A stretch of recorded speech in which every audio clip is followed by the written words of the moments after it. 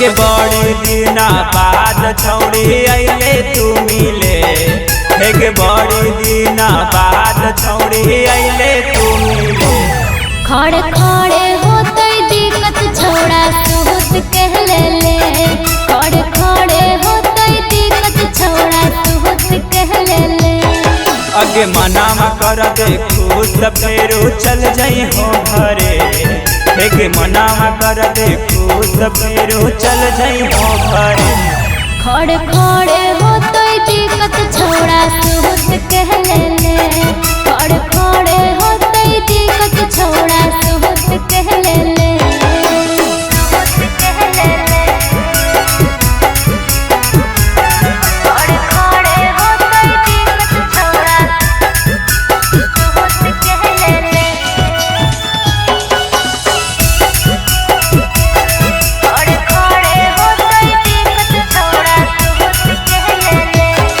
अगे जब तक ही कुंवार छौड़ी महजा दे दे यार के। अरे आजा भर ले फेरू बउए तवार के।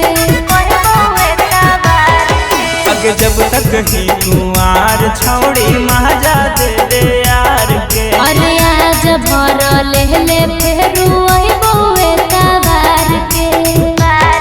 हेगे राहत भर खेला छौड़ी खेले देगे।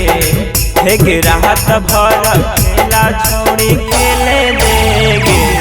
खड़े खड़े होते दिक्कत छोड़ा सुहत कह ले।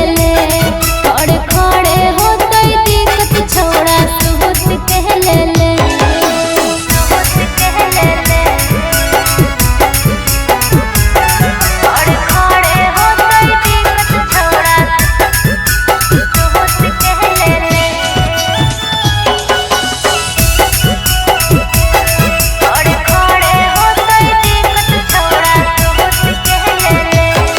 अगे छौड़न के देखाओ ही छौड़ी अपन तू गोदाम गे। अरे धर्म वीर होल में कुछ हो गेल छोड़ा बिहान रे।